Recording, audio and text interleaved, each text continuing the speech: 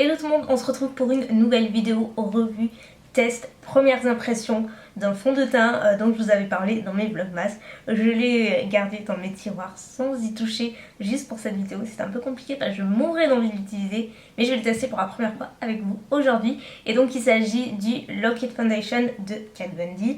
Kat Von D qui arrive tout juste en France, chez nous, chez Sephora. Donc c'est juste génial, moi je suis super contente. J'ai eu la chance d'assister au lancement officiel l'année dernière, en fin d'année, et d'interviewer par la même occasion Kat Von D carrément. Et j'en garde un souvenir juste mémorable, c'était incroyable.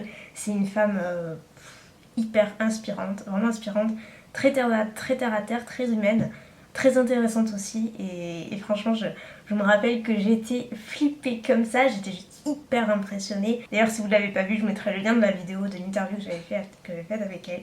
Et j'en garde un super souvenir. Donc voilà, si ça vous intéresse, n'hésitez pas à aller voir. Mais pour l'heure, aujourd'hui, on va tester ce petit bijou. Donc le Lock It, il a 3 promesses essentielles, à savoir la tenue, puisqu'il promet une tenue de 24 heures, ce qui n'est pas rien.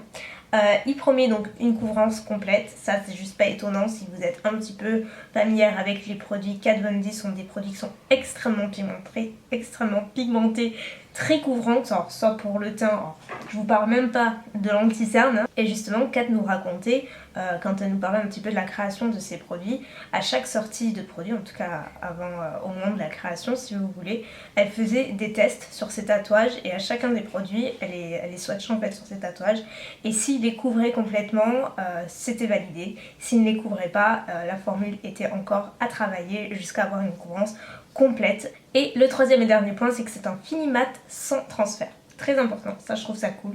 Et donc voilà, au niveau du packaging, super joli, super original pour le coup. Jamais aucun autre qui lui ressemble. Il y a un petit embout qu'on retire en fait au bout.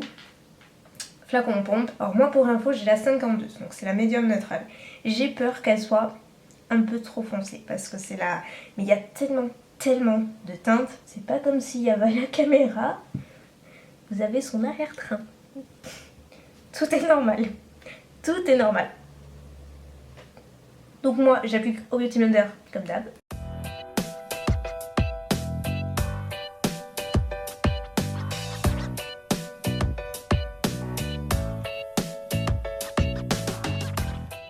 À ce niveau là j'ai des petites taches de pigmentation qui sont pas non plus flagrantes, mais moi je les vois, je le sais.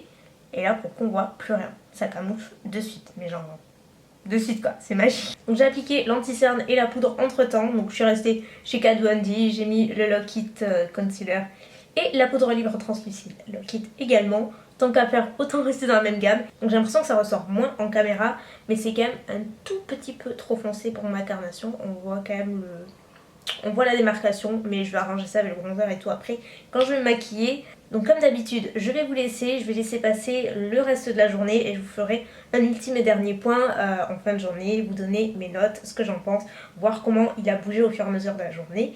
Et puis voilà, bref, une première impression en bonne et due forme, comme d'hab. Magie, je suis de retour.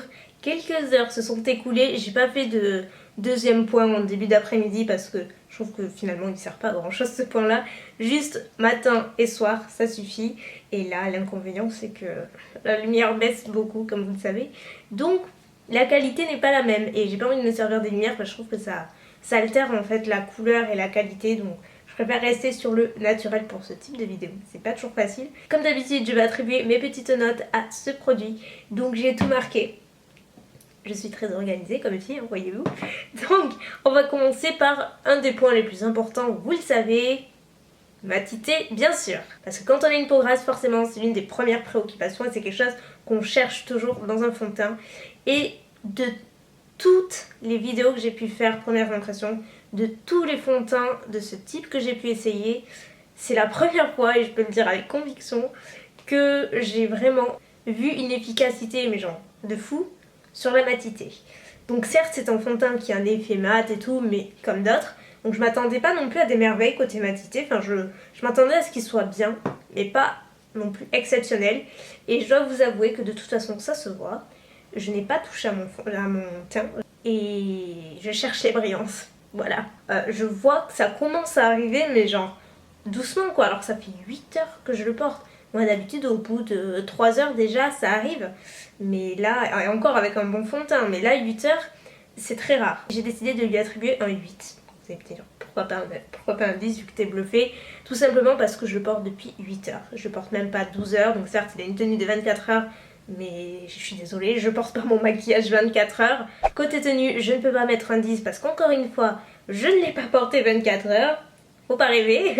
Mais je lui mets un 9 parce que le peu que j'ai porté, ça n'a pas du tout bougé, ça n'a pas migré. J'ai regardé en bas là où ça a tendance un petit peu à migrer ou à s'oxyder. Rien à dire.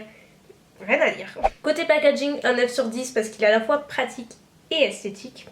Je voulais pas du tout faire de rime, c'est juste venu naturellement, c'est très rare.